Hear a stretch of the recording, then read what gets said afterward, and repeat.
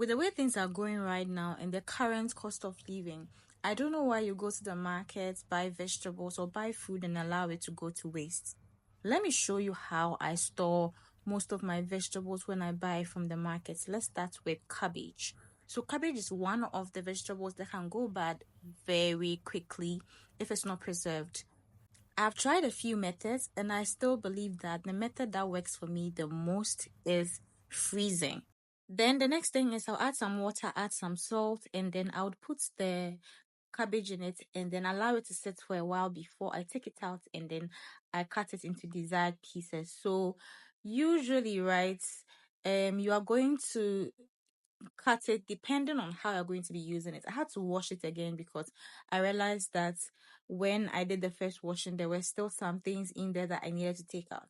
So when I cut it into two, I washed it again. So for me, I like chunky vegetables. You can see I'm cutting it very big because that's how I like my vegetables.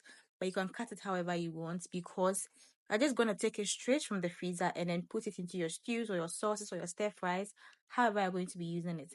You can use any rubber at all, but I think Ziplocs are very freezer friendly and they also look better in the fridge. It makes your fridge looks way more organized. So here I'm packing everything into the Ziploc bags, and then once I'm done, I'll try and take out all the excess space in there.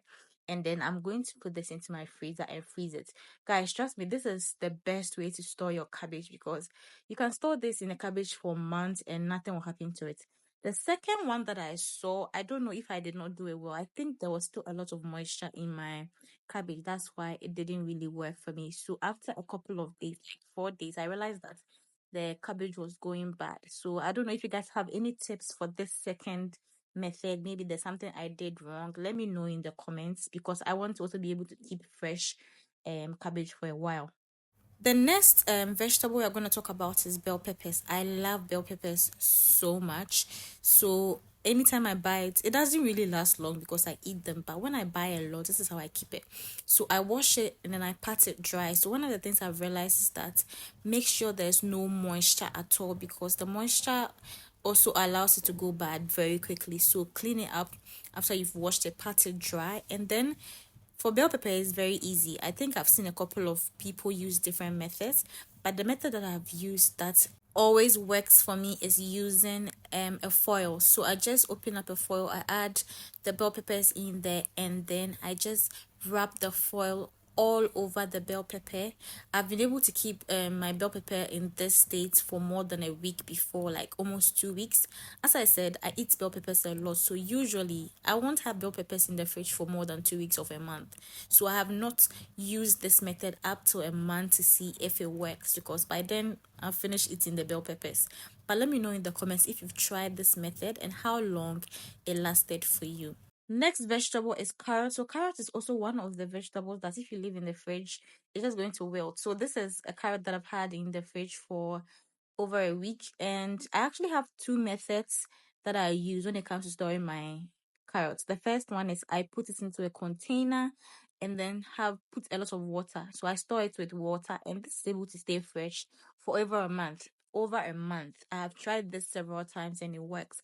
This was about 3 weeks after I put it in the fridge and it was still fresh, it was still firm. It's the best way to keep it, honestly. The second way to keep it, if you don't want to go through all that stress, is to just wash your carrots, pat it dry, and put it into a Ziploc bag. I'm not a big fan of that method, even though it still works because I don't know, it just doesn't feel too fresh for me. Even though it's still fresh and it's still firm, I like keeping it in water because like, it always looks good. The only thing is you have to change the water occasionally. You don't leave the water in for like 1 month. The carrot is going to get spoiled. So you have to change the water occasionally, like once a week or every 4 days or every 3 days if you want the water to be fresh.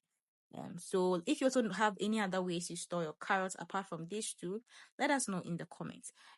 Finally, spring onions. So I don't usually buy spring onions because I think they are very difficult to keep. That was me in the past. So I discovered this way of storing the spring onions, and that's what I've been doing. It's been a game changer for me. So what I do is I just wash it thoroughly, and then I cut and I freeze. So anytime I'm making stews, making stir fries, anything at all, I just take the freezed ones and I just sprinkle it into my food. It's not going to have that fresh taste, but I think it's still worth giving it a shot, because spring onions go bad so quickly. So I think this is a very good way to store it. I have another method I actually use, which I'm going to be sharing shortly. But let me know if you tried this method of storing your spring onions before and how it went for you.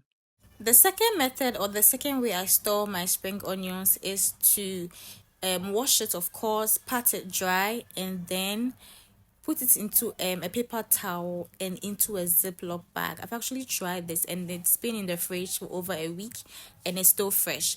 It was actually my first time trying it. I think I watched a video on TikTok and then I saw that it can be done like that, and I gave it a try. Usually when I go to the market, I won't even buy spring onions because they take up too much space and it gets spoiled very quickly, but I decided to give it a go again because I actually like how much freshness it brings to my stews and my sauces. So I tried this method and it was perfect. Now, let me know if you have any tricks up your sleeve when it comes to storing your vegetables, or if you have any other vegetables that you want to learn how to keep. Let me know in the comment section and I'll make a video on it. Till another video is bye.